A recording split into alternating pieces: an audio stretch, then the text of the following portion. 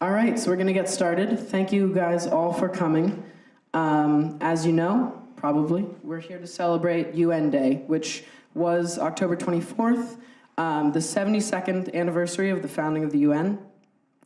And I'm happy to say we're joined today by some of the people working on the ground to make the things that the UN does and to support their work on a local level. So, as some of you may know, yesterday, a UN-commissioned investigation released a report describing the fourth chemical weapons attack on civilians by the Syrian government since the start of their civil war. 2 days before that, Russia vetoed the proposal that would have continued that investigation for another year. We are witnessing one of the most flagrant denials of human rights since the establishment of the UN and the Security Council after World War II. In the face of that disregard, it can sometimes seem like atrocities of that scale are the only motivator of real international cooperation. Levels of government distrust are on the rise, and it is more important than ever that international bodies remain focused, consistent, and committed to change. Fortunately, behind the scenes of those large political movements we see in the news, there are actors committed to those principles. There are public servants who are putting in the work when it seems like it doesn't matter, so that the institutions won't fail when it does. That's why the theme of this year's UN Day is Global Goals, Local Leaders. It's also the reason why we have Congressman Cicilline here today. It's hard to say when the congressman's political interests really started, but we would like to say it was when he founded Brown's College Democrats as a student here in the 1980s. Joining Congressman Cicilline will be Chandrima, Peacekeeping Policy Director at the United Nations Foundation, who will provide her knowledge on the background of the topic. And both speakers will be joined by Professor Nina Tannewald to further discuss the UN and their work. Professor Tannewald brings extensive expertise to the table from her lifelong study of global politics and human rights and her current direction of our own International Relations Department, to her work as a Franklin Fellow in the Bureau of International Security and Non-Proliferation at the U.S. State Department. In his work as congressman, Congressman Cicilline has demonstrated a commitment to support for local initiatives and common sense proposals, such as his current bill proposing the ban of bump stocks. And before that, in his role as the Providence mayor, where he introduced a policy of community policing that has led to some of the lowest crime rates in Providence history and to rising popularity of the police in Providence. That kind of engaged, on-the-ground focus is what makes the congressman an effective policymaker and a good representative. It's also part of the reason he has continued to participate in projects like the peacekeeping mission he recently visited in the Central African Republic. Here to tell you more about that trip and about her work with the Congressman is Chandrima. Ms. Das works as the Peacekeeping Policy Director for the United Nations Foundation and has collaborated with the Congressman as part of her efforts to educate Congress and the administration on the value of UN peacekeeping as an effective part of the U.S. diplomatic arsenal. As part of that mission, she leads congressional delegations to the field to see the work of UN peacekeepers firsthand. Ms. Das has previously worked in conflict resolutions of all kinds, writing training curricula on negotiation and mediation that were used to train government officials in Iraq and Sudan, and in reducing gender-based violence and human trafficking while at the Terrorism, Transnational Crime, and Corruption Center. All the while, Chandrima has been a strong advocate for greater diversity in the fields of international relations and U.S. foreign policy, not only at the UNF, but also as a member of the Council on Foreign Affairs. So please join me in welcoming our first speaker, Ms. Chandrima. Thank you, Ben. And thank you, Ben, for putting today's discussion on, and Professor Tannewald for joining us today. Thanks for celebrating UN Day with us. As Director of UN Peacekeeping Policy, I advocate for full funding for UN peacekeeping, and I push for reforms with the United Nations to make sure peacekeeping is more efficient and effective. Last week, we released a poll that said 83% of millennial voters are in favor of paying peacekeeping dues. 75% of millennial voters believe that the UN supports American goals and objectives around the world. Overall, 65% of Americans support the United Nations. In addition, 53% of Trump voters support paying our UN peacekeeping dues. As you're probably aware, UN peacekeeping consists of military, police, and civilians from 125 countries that serve in 15 missions with over 100,000 peacekeepers, the largest multinational force in the world. Peacekeeping has evolved from standing on a border and monitoring a ceasefire, to kinetic operations in the Congo, to protecting 200,000 internally displaced civilians that sought refuge in UN bases in South Sudan, to supporting counterterrorism efforts in operations in Mali. This is not your mother or grandmother's peacekeeping. And that's not my quote, that's Samantha Power. Peacekeeping has evolved from standing on, some of the best ways to advocate for UN peacekeeping is to take members of Congress to visit UN peacekeeping missions. I'm grateful to have Congressman Cicilline have joined me for 2 of these trips. The first was to Liberia, and the second is to Central African Republic this past August. Our trip was designed to showcase the incredible challenging work of the peacekeeping mission known as MINUSCA. There are about 13,000 peacekeepers protecting 4.6 million people in a country the size of France, with about 1/13 of the roads of Rhode Island. We were able to travel to Bambari, which is a 3rd populous city, where MINUSCA pushed out armed groups and created a safe haven. And then we were in Bangui, the capital, where we met with civil society leaders, where they reminded us of the many challenges that remain. I'm honored today to introduce you to your alumnus, Congressman David Cicilline. As you said, he's the mayor of Providence, and he currently is serving his 4th term representing Rhode Island's 1st congressional district. The congressman serves on the House Foreign Affairs Committee and is a leader on human rights. Amongst his many leadership positions, he is the co-chair of the Congressional LGBT Equality Caucus, the vice chair of the Progressive Caucus, the chair of the Peacekeeping Caucus, and he's a longstanding friend of the United Nations Foundation, and my personal favorite member of Congress, and a great travel partner. You're here today because you support the UN, and so I urge you to reach out to your favorite member of Congress to express your support. Thanks. Thank you. Thank you, Chandrima. Thank you very much. I'm really happy to be here, and thank you, Ben, for organizing today's event, and thank you all for being here. Thank you, Professor, and thank you, Chandrima, for traveling from Washington to be part of this celebration. I just want to say at the outset, I am an unabashed, unapologetic fan of the United Nations. It's an organization that has helped bring peace and stability to many parts of the globe. It is an institution in which I believe the United States must remain deeply engaged.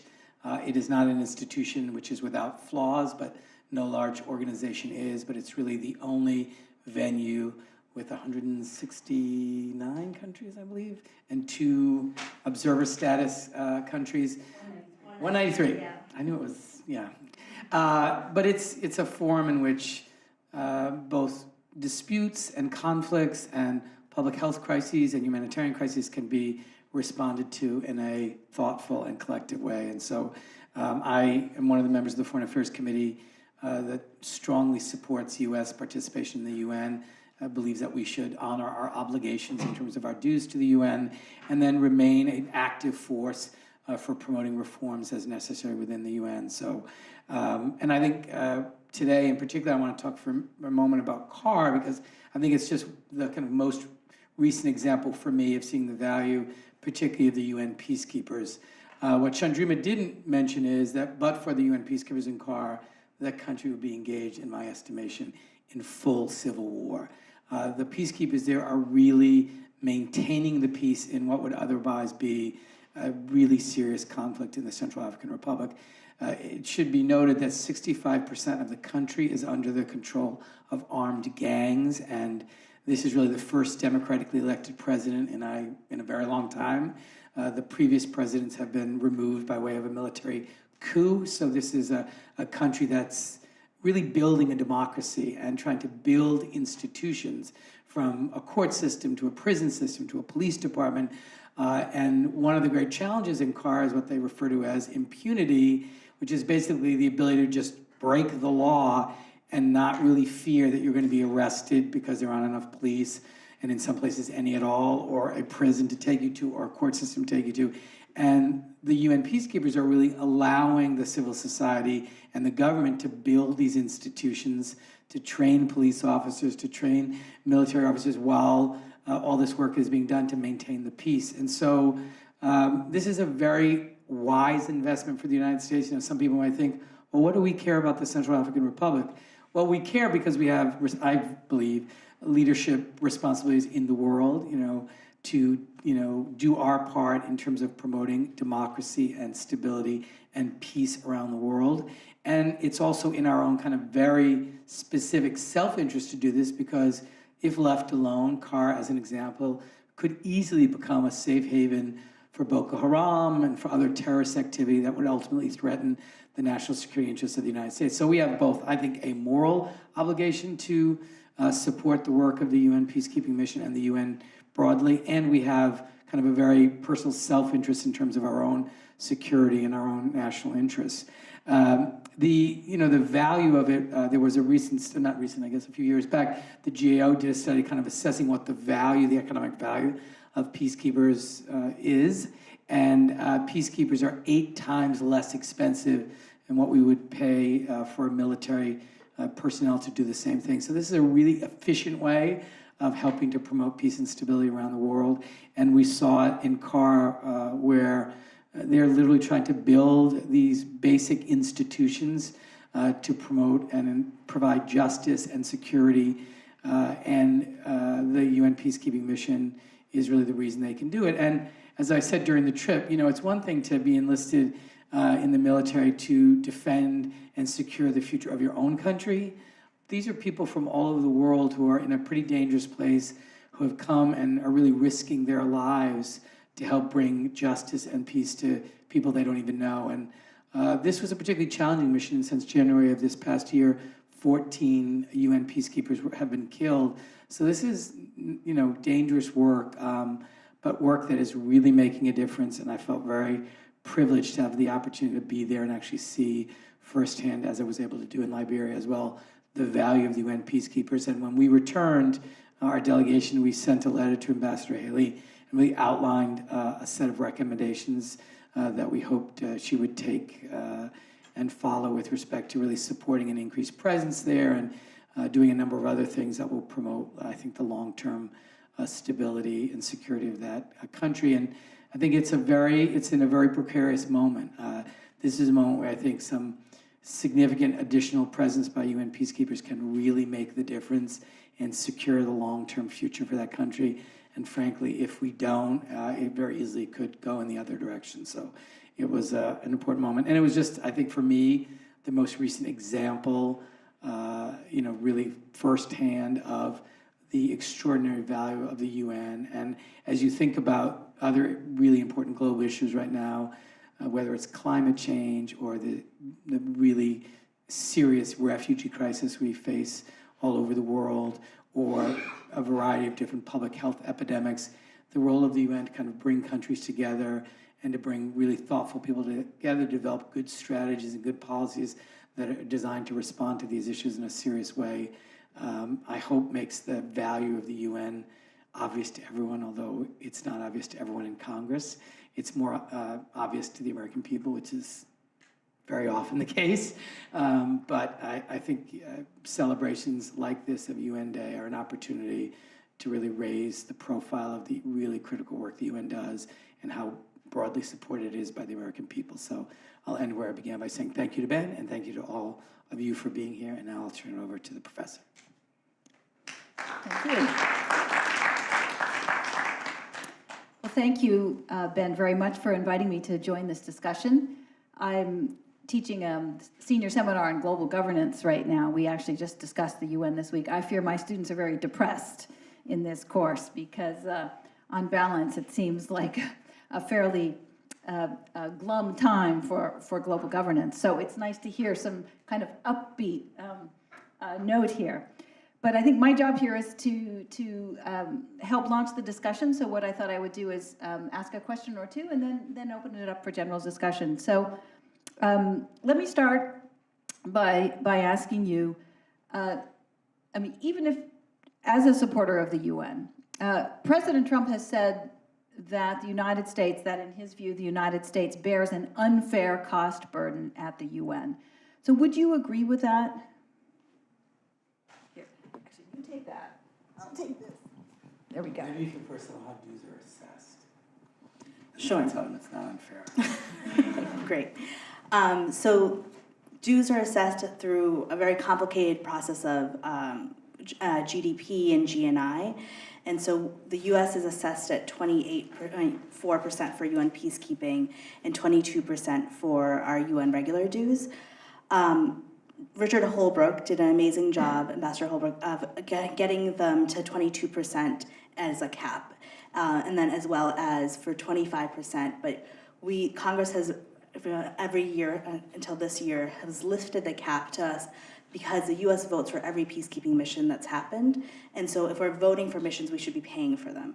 So Congress has always lifted that cap, so we pay at the assessment rate of 28.4%. This year is not necessarily the case. We're going to pay at the 25%. Most likely. It's not quite decided yet, but it looks like it. Yeah. So, I mean, my point is, I strongly disagree with the president on that. There is a formula that makes the determination of what your dues are. That's a formula that has been in place that all the members of the UN have agreed to. It's a condition of being a member of the UN. So we've already agreed to this, and it strikes me that that's exactly the amount we should be paying. And frankly, when, as Chandrima mentioned, we support and understand the value of UN peacekeepers and support those missions around the world, we have a responsibility to pay the dues that have been assigned to us. And it really does undermine our role even at the UN. I mean, it's like if you belong to an organization and folks know you didn't pay your dues, it makes your voice a little less valuable. Like, what are you saying? You haven't even fulfilled your responsibility. And when you think about what we get for our membership in the UN and the difference that the work of the UN makes to American national security interests, it's a real bargain, and so the president's dead wrong. And just to add to that, China and Russia are happy to take on the roles, pay more, to have more influence at the UN. And so it weakens our standing in the global community, I believe. Okay, let me get more specific now. Let's take UNESCO. So the United States has announced it's going to pull out of UNESCO, and we're pulling out because we haven't paid our funds, our dues, because we refused to do so because UNESCO ceded Palestine as a member. To put my international relations realist hat on for a moment, to let a two-bit state like Palestine lead the superpower to pull out and reduce our influence, isn't that cutting off our nose to spite our face? And this is legislation by Congress. These are laws that were passed in the 1990s. Aren't these a bit outdated at this point?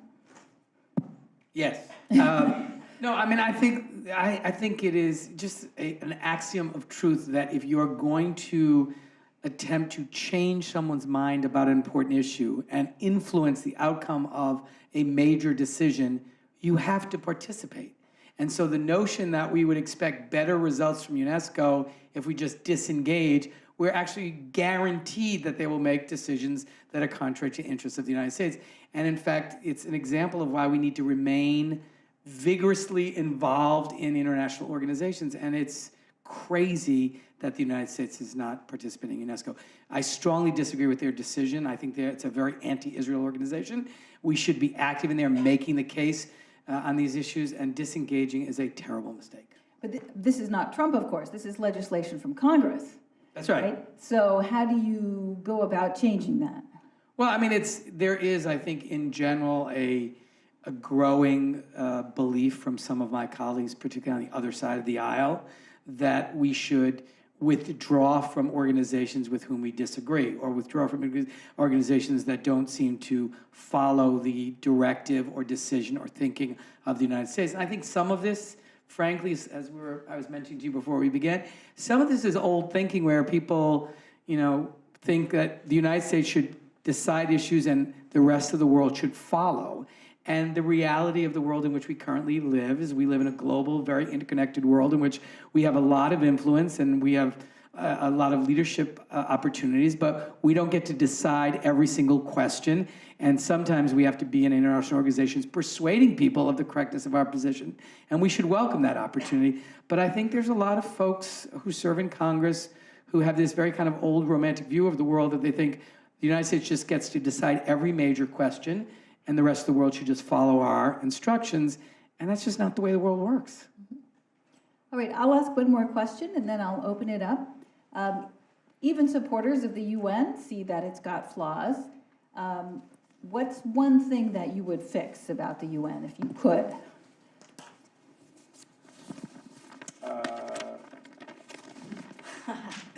Okay, so, I mean, the UN has 193 member states, and so I think the Security Council, when it comes to, there's been a lot of things that we haven't been able to pass in the Security Council. I think reform is probably necessary.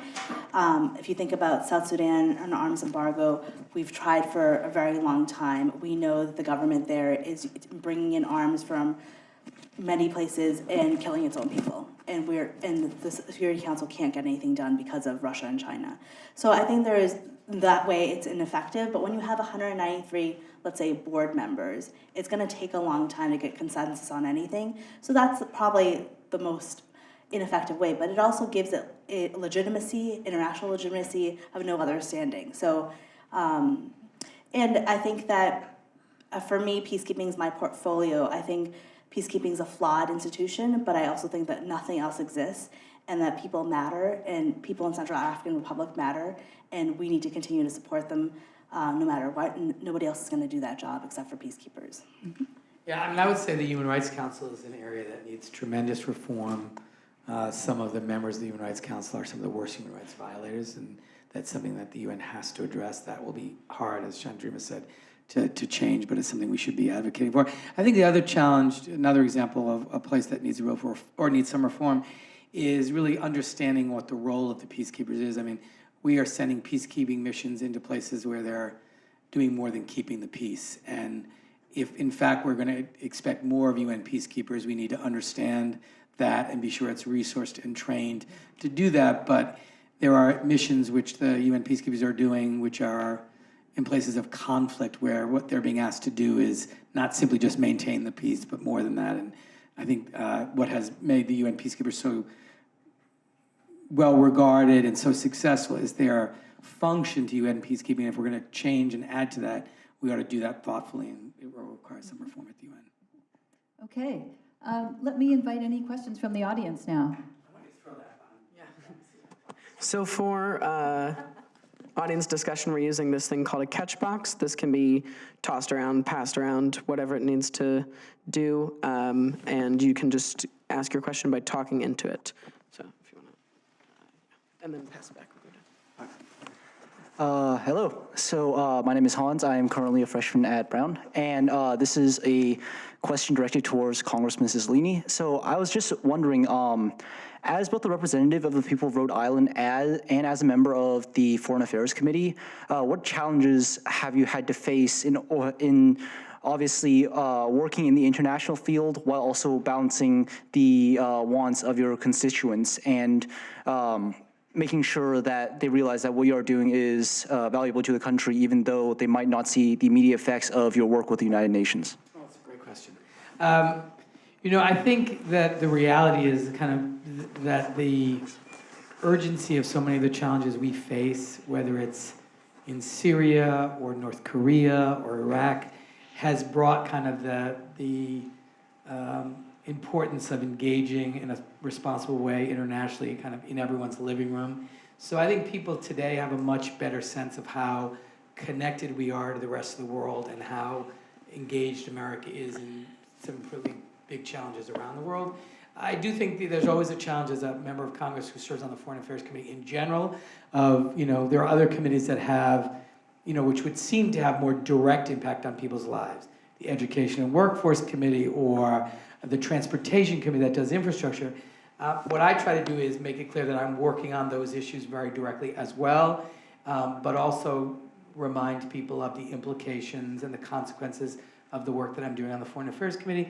And I think people actually do get that. I think they understand it matters whether or not Iran gets a nuclear weapon, and it matters whether or not we prevent North Korea from developing a nuclear weapon, and it matters whether we engage in a military conflict in some other part of the world. So people actually, I think, understand that, and as long as you spend enough time focused on those other issues that really do feel closer, I think people are fine with you being on the Foreign Affairs Committee. I have a couple questions about East Asia. First of all, relating to some of the peacekeepers that the congressman was just referring to who are doing more than keeping the peace. I'm wondering what the response has been in peacekeeping to the heightened tensions in North Korea, given the peacekeepers in the demilitarized zone.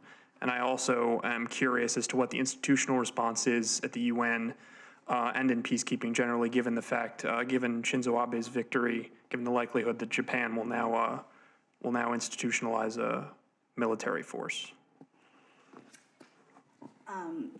For your first question, so I'm not really aware that there's peacekeepers in the demilitarized zone. Is that what you're asking? Well, I was asking if there will be any kind of response to that. I don't know. I have to I have to think about it some more. I haven't heard anything when in my talks with the UN. I go up to New York about once a month, and I'm pretty close to the UN folks there. I haven't heard that, but I'd be interested. I think there might be more of an appetite for Myanmar, to be honest, for something to happen there. There was a political mission there that failed to really warn about what was happening in the crisis there, but I'd be curious, and I'd be interested to see if China would really want that to happen. Yeah, well. So, and then your second question was, just repeat it one more time, sorry. Well, given that Shinzo Abe is just right. Yeah. So Japanese peacekeepers have actually been very good peacekeepers. We've seen them in South Sudan. We've seen them in other places, and they're very they're peacekeepers that we need. They have the conduct and discipline that we're looking for, and they come with resources. Some of the peacekeepers we've seen, some of them come from very poor countries and are serving without equipment, without unnecessary things to do the job. So it's always good to have a country like Japan provide reliable resources when they come to the job. Is there a concern you might lose those people now that there's going to be a military in Japan, that they might go that route instead? I think that countries think of peacekeeping as a good way to exercise their military, support and whatnot. I think that it actually will probably be good for us, for UN peacekeeping in the end. Anyone? Hi, my name is Sami Amki. I have a question for the congressman. Given the situation in Syria and Yemen, particularly Syria, because it has so much foreign entanglement, what are you willing to do in Congress to steer the UN to address specifically the issues in Syria when it comes to human rights violations, like the gas attack report, all of these they're stacking revelations year after year, in addition to war crimes, just civilian casualties in general. How can you, specifically, how can you plan around American wariness of foreign involvement, of our involvement in the Middle East, and also how do you plan around any kind of American action in a country that has active troops of Russia, Iran, Turkey, the Syrian regime, rebel groups, ISIS, other terrorist groups? How do you plan around all that? Has there been some kind of consensus with you and other congressmen in your bloc or that you've talked to? I was just wondering if there's any kind of action plan that you've been thinking about. Yeah, it's a great question. The reality is the responsibility for articulating a strategy in Syria comes from the administration, the executive branch. And what we can do and what we have been doing in a variety of different ways is really demanding that the administration set forth the strategy in Syria, the resources that will be necessary to successfully implement that strategy, then come to Congress and ask for them. And we haven't seen that. We've asked the president, both formally in correspondence by way of resolutions and informally with members of the administration. But sadly, this is sort of one area, like North Korea, like a number of other areas, that the administration hasn't really articulated actually what the strategy is. And made the case not only to the Congress, but to the American people, to the extent that that strategy supports military action or other investments. We have a growing sense that I think just the public as well, that the State Department, because it's so severely understaffed, there are major ambassadorships, lots of assistant secretaries that are just not filled. These are complicated questions that are really difficult with the best staff in the world to develop. They're impossible to develop without diplomats. And you have not only really a kind of functional gutting of the State Department by failing to fill all these positions, and then you couple it with the president's budget, which proposed a 32% reduction in the State Department. It's impossible to actually achieve the objectives of the United States without resources and diplomats. And so Syria is very complicated. There's not an easy answer. It does require, I think, a serious diplomatic effort that's going to force everyone to a table for some sort of diplomatic resolution. I don't think there's a military solution, but with the growing engagement of Russia and Iran, it's becoming more difficult every day. But I don't think we have from this administration actually what the strategy is, sort of best based on the best advice of both defense and foreign policy experts. And we are, the vehicle by which we can continue to try to force the hand of the president on this is to demand that he come to Congress for an authorization of the use of military force. The United States is using military force in Syria. There are many of us who have on several occasions attempted to force the administration to come and seek an authorization. A lot of people think, well, why doesn't Congress just take it up? But you can't take up, in my view, take up an authorization of the use of military force until you actually know what the executive branch thinks you need to authorize to accomplish the objective. We can't just imagine, even if we were going to give it, we just can't sort of on our own decide. It has to be, here's our strategy, here's our plan, here's what we need, and then you ask Congress to provide it. So it's an example of what I think is very challenging in the absence of strong presidential leadership that really articulates a strategy and a vision around how we resolve some of these conflicts. So like one more quick thing, if I can get it. So from your perspective, you have a vested interest in the UN and the workings of the UN. Since the UN hasn't been able to accomplish much in terms of peacekeeping in Syria in the past couple of years, do you support what's going on between Turkey, Russia, and Iran and Syria right now, like where there's a semi-ceasefire in the northern part of Syria that doesn't have any U.S. involvement, but members of the Trump administration have lauded relative victories in Syria by the SDF recently, and relative peace. They've kind of jumped on the bandwagon a little bit and claiming that things are improving. Do you support kind of joining that coalition and working with partners that aren't traditional U.S. allies, just to ensure some kind of peaceful resolution? Yeah, I'd say a couple things. One is I would disagree with your first statement that there hasn't been much success of UN peacekeepers. I think there are examples all over the world. I saw some of it with my own eyes where UN peacekeepers have been very successful.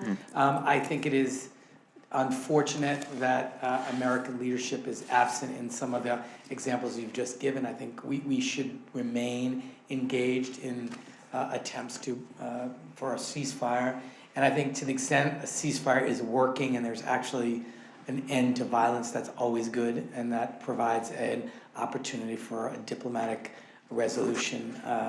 But I think it should be concerning that what I think is happening kind of broadly is that as people are seeing the United States withdraw from its leadership in the world, countries are figuring out how to kind of reorder themselves without the presence of the United States. That's very dangerous, because when we actually have a president who understands the value of American leadership in the world and attempts to reassert it, I think he's going to find some countries saying, we sort of figured this out. We were dealing with China, and we're dealing with Russia. And that's not in the long-term interest of the United States. So I think that's very disturbing. You ready? Actually, going off that point, I was going to ask what the effects from China, from President Xi being put into the Constitution in China, how that's going to affect the UN, especially now that you have two dictators on the top 5 in the UN. So I don't know what effect is that going to have on the UN. You said the fact he's putting what in the Constitution? They just basically gave him absolute power. Oh, the fact that he's got it. So now you have Putin and Xi both having absolute power, and how that dynamic is going to affect the UN, if you think it's going to affect the UN. I mean, that's nothing new, right? There's nothing new about that particular structure, right? I mean, Soviet Union and China have been in the UN for a long time as authoritarian states, right, before the end of the Cold War. So that's not different, right? I mean, there may be implications for Chinese politics and how China operates, but from the perspective of the UN, right, and the structure of the Security Council, that isn't a change. Were you thinking of something else? And just to add that, as the Congressman had said earlier, as the U.S. withdraws, it only emboldens China and Russia, and I think that's the only new dynamic really, is that we haven't been able to get anything to happen in Syria because of China and Russia. So these are not new factors, but I think as the U.S. withdraws from this global stage, that's the newness, and that's what we should be concerned about.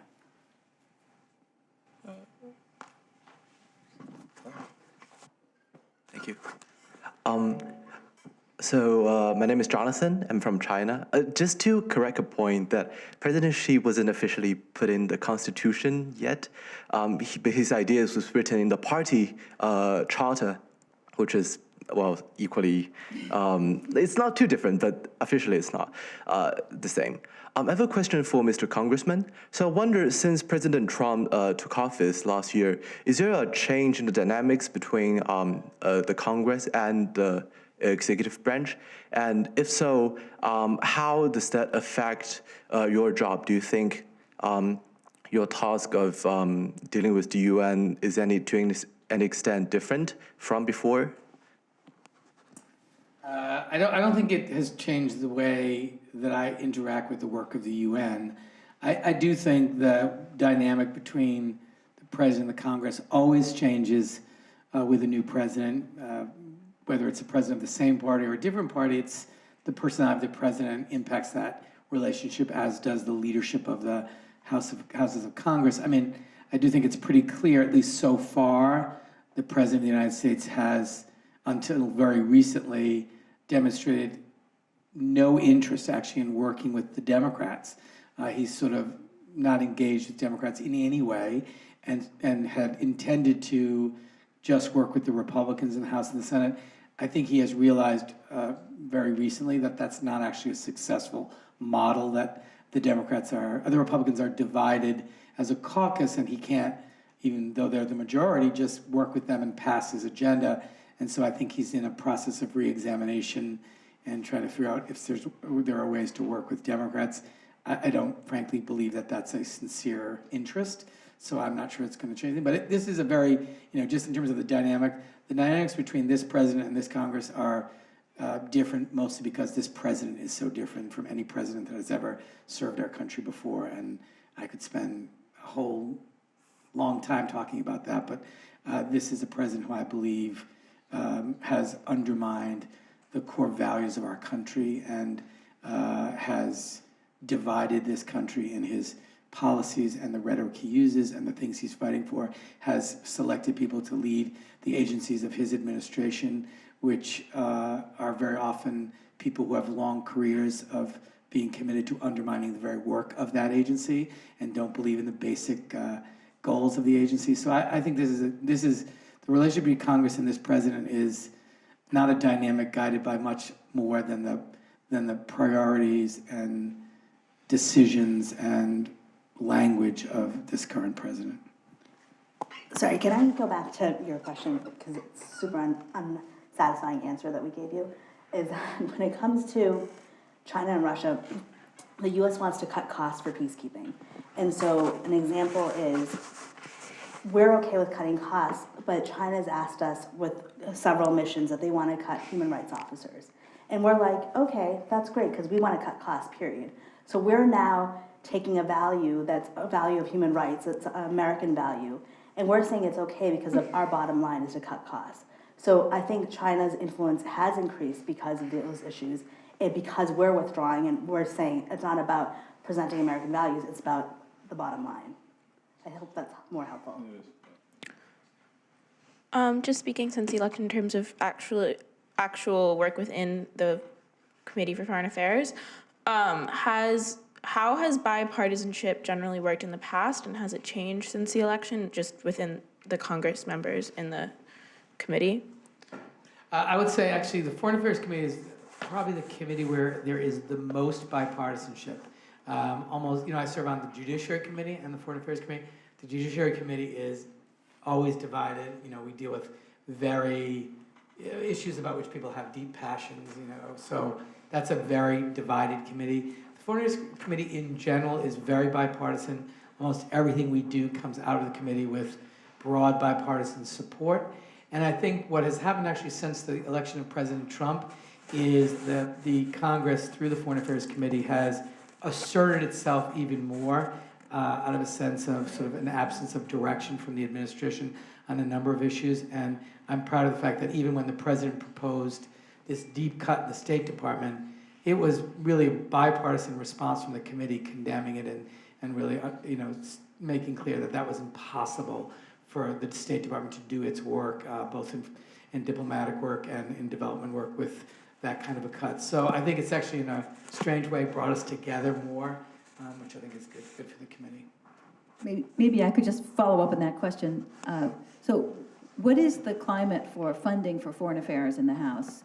I mean, do you see deep cuts in foreign affairs, in the foreign affairs budget? Is Congress going to push back? I mean, Trump has talked about very deep cuts in UN funding in general, and the UN Secretary General has said that this would devastate the humanitarian work of the UN, not just peacekeeping, but the whole humanitarian apparatus of the UN. So how do you see the climate for funding by House Foreign Affairs? And the Secretary of Defense has said if this kind of budget reduction occurs, you better increase the Defense Department because he'll need more bullets. So I think even within the administration, there are people who are trying to explain to the president what the consequences of this would be. I think, I don't want to speak for everyone in the Foreign Affairs Committee, but I think there is broad consensus that this kind of a cut would be devastating to the interests of the United States and not supported by members of Congress. I think everyone on the committee, including me, are always welcome ideas on how we can do our work more efficiently and how the State Department, like any department in the government, should find efficiencies and find savings. But the notion of substantially reducing our engagement in the world, I think, is broadly rejected by members of the Foreign Affairs Committee. So this is for, I mean, with respect to foreign aid. Oh, I'm sorry. Broadly, Specifically, not simply, I mean, which is the UN, which is about 20%, but there's all of our foreign aid. Yeah, Is that, I think people, it's surprising when you ask this question in polling very often, people think our foreign aid is much higher than it is. My first year there, I was going to introduce a bill that said at no time can U.S. foreign aid exceed 10% of the budget, mostly just so that everyone would learn during the course of that discussion that the actual amount is less than 1%. And so it's a very small part of our budget, and what we get for it and cost avoidance and what it brings in terms of advancing national security interests is tenfold of that. So I think there's very broad support for that. I think people recognize that while that's a big amount in gross terms, it's a very, very small part of the entire budget of the United States and an important part. And I would expect that you would see tremendous resistance for major reductions in foreign aid from the committee. I don't know. maybe in the back there?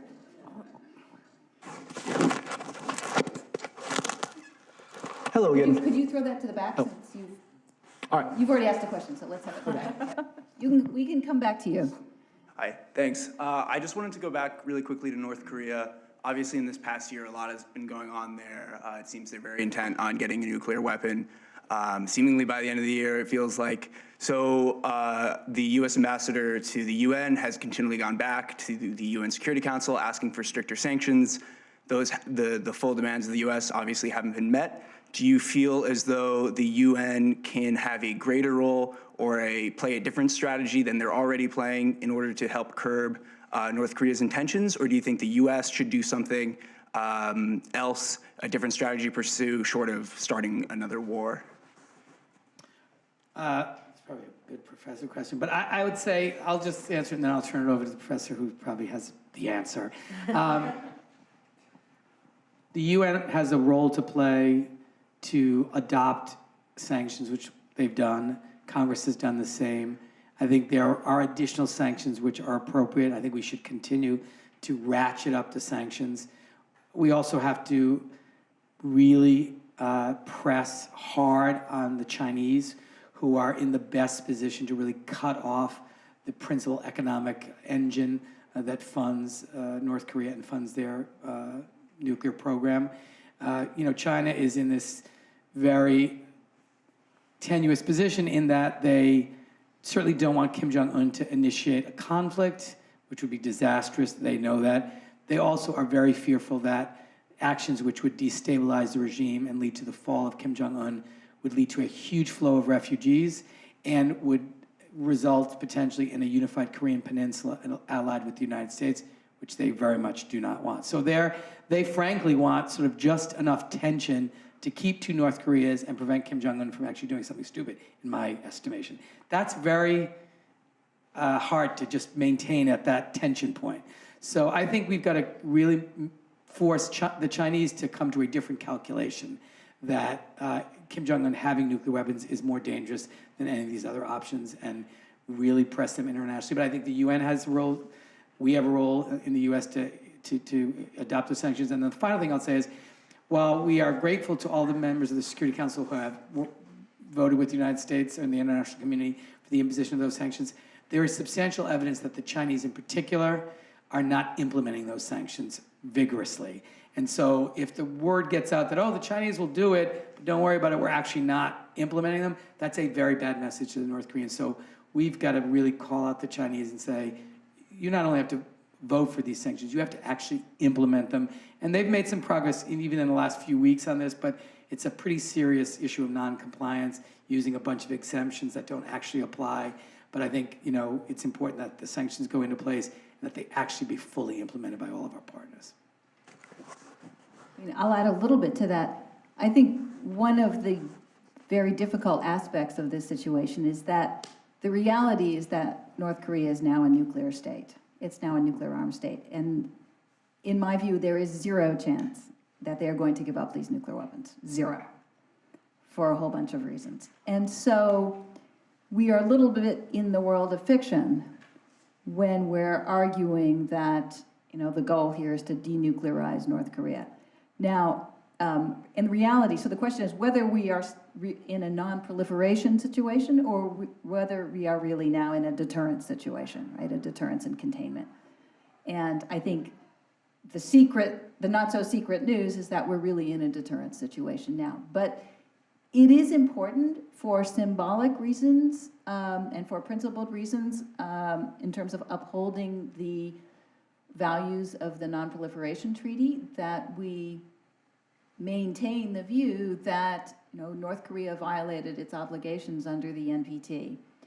I think that is important for the United States to have multilateral support for what it's doing vis-a-vis North Korea. We want the UN to support our position. We do need sanctions enforced. If we talk like we're about to start a nuclear war against North Korea or a war, right, we are going to lose the support of allies who would be very frightened about that.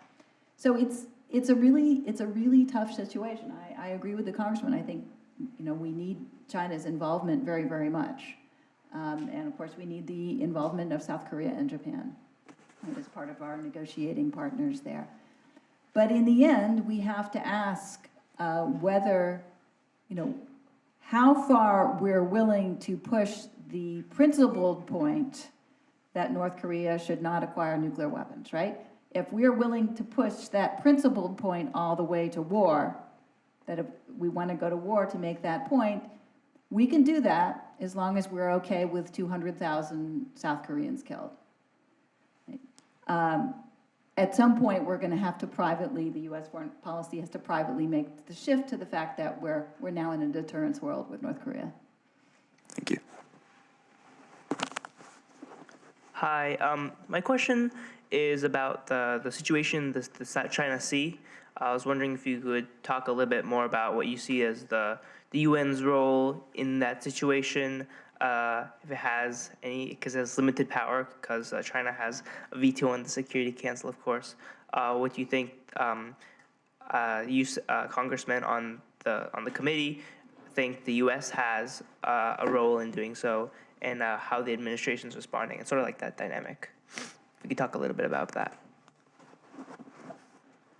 I mean, I think there's not an easy answer to that. The Chinese are engaged in efforts to really try to assert themselves in the South China Seas. So far, we've been successful in keeping those waters navigable, but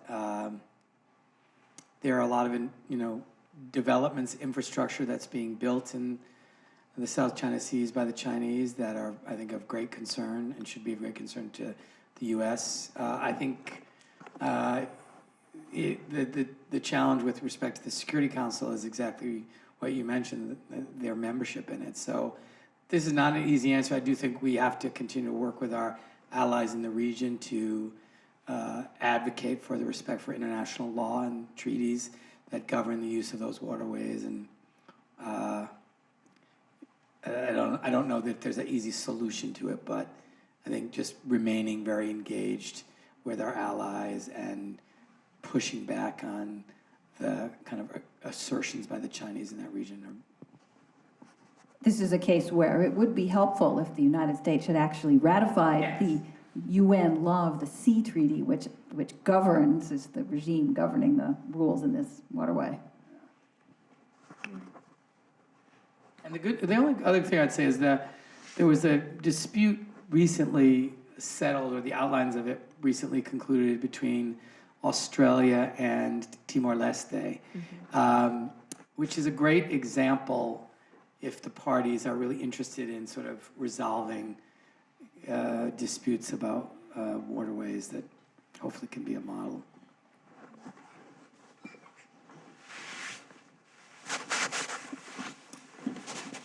Yes, thank you very much. I wanted to comment because I heard the professor say something which I heard previously at a lecture at Brown.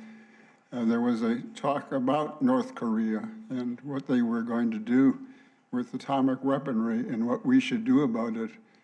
And the view he gave was we shouldn't do anything about it because they are going to be far more content if they are allowed to have their weapons as a deterrent to anything that we or anyone else might do to them. So I do think that it's unlikely, in his view, that they would ever give up their weapons without throwing some of them at some of us, and that we were better off allowing him to, just to use them as a deterrent to attacking them, so that we would retain a peaceful status without, as I say, without using weaponry that he would surely use if we made an attempt to take the weapons from him. My view is we should just ignore them.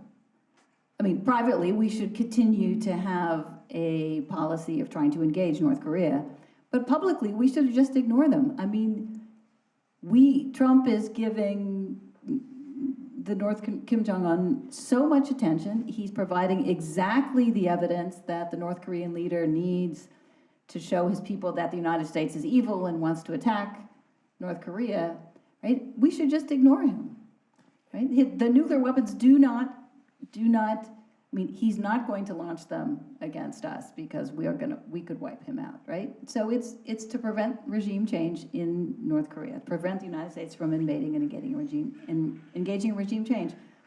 We should just ignore him. Yeah, it's interesting. I just came back from the region, and in talking to so many folks, people perceive this to be a U.S. problem.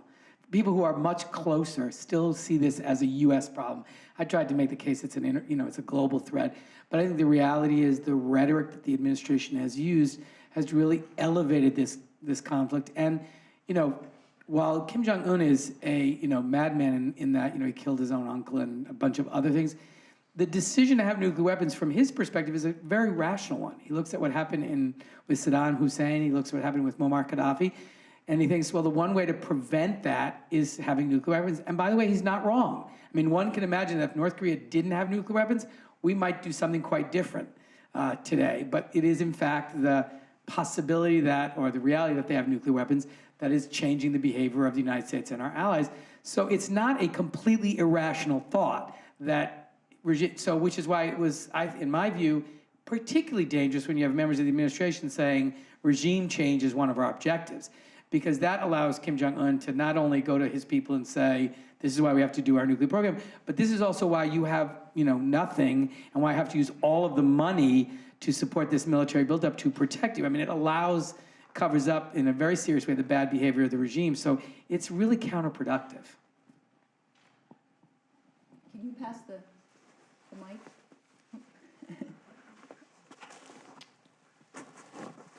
Hi, my name is Ken. I'm a refugee from Cambodia, so this is a question on Cambodia. So, peace agreement accord was signed in the 1983, and UN did spend millions of dollars on peacekeeping to help organize the first free and fair elections in Cambodia. Today, we still see, the Cambodian people still suffering, no democracy, no peace, so much violations of human rights. So my question to you is, the breach of the peace agreement accord, can UN do anything about it? What is the attitude of the US government towards current political tension in Cambodia?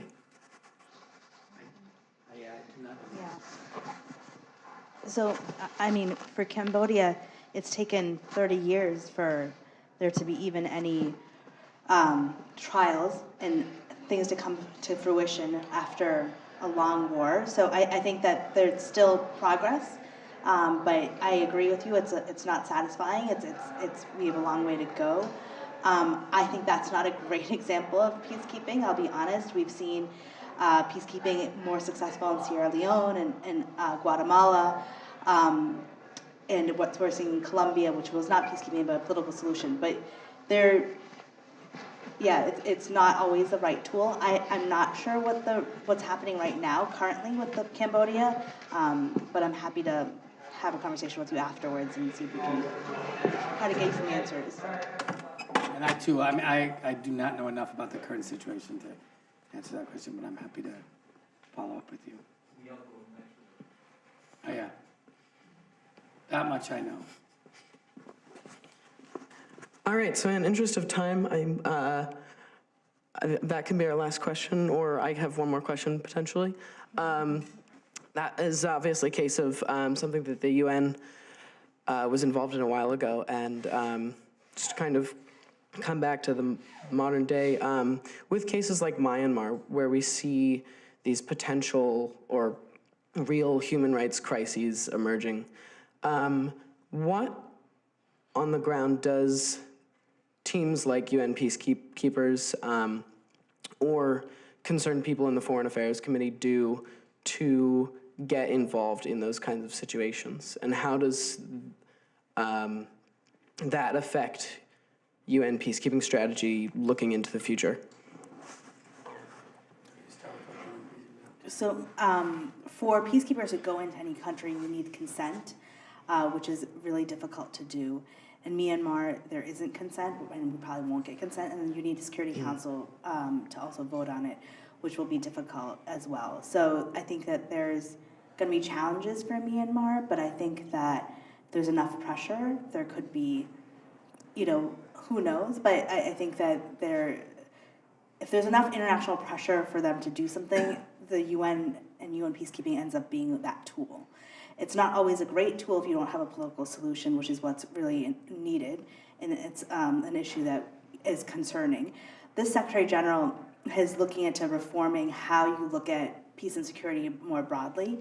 He's trying to break down the barriers between the DPA, which is the Department of Political Affairs, and DPKO, which is the Department of Peacekeeping Operations. So that way, when you're looking at a conflict situation, a conflict region, you're sharing information, and there are multiple tools of conflict prevention before we get to peacekeeping. So it'll be interesting to see how the Secretary General implements this and what that effect will be. And on top of that, one of my concerns is the funding structure. So we now the U.S. pays peacekeeping dues at 28.4%, and then regular dues at 22%, which pays for political missions. So there are concerns of how this will be implemented, and if we're looking at a more broad spectrum of as peacekeeping as just being a tool versus in looking at the UN doing peace and security more broadly, if that makes sense. Yeah. And so the only thing I would add is that, we had a hearing just last week before the Foreign Affairs Committee about the crisis with the Rohingya in Burma. And, we try in those hearings to raise the profile of this. We have State Department witnesses that come in and we communicate to them the urgency of what we expect the U.S. response to be. We hope that the State Department and the administration are using the considerable influence of the United States to put pressure on the government there to either accept peacekeepers or humanitarian responses. We also, in a variety of different ways, communicate with the administration about the urgency of this crisis, but it's a real crisis. In fact, there's a delegation going in 2 weeks to Burma, from a congressional delegation. Great. Well, I think that's all the time we have, but thank you three so much for speaking to us. And thank you all for coming.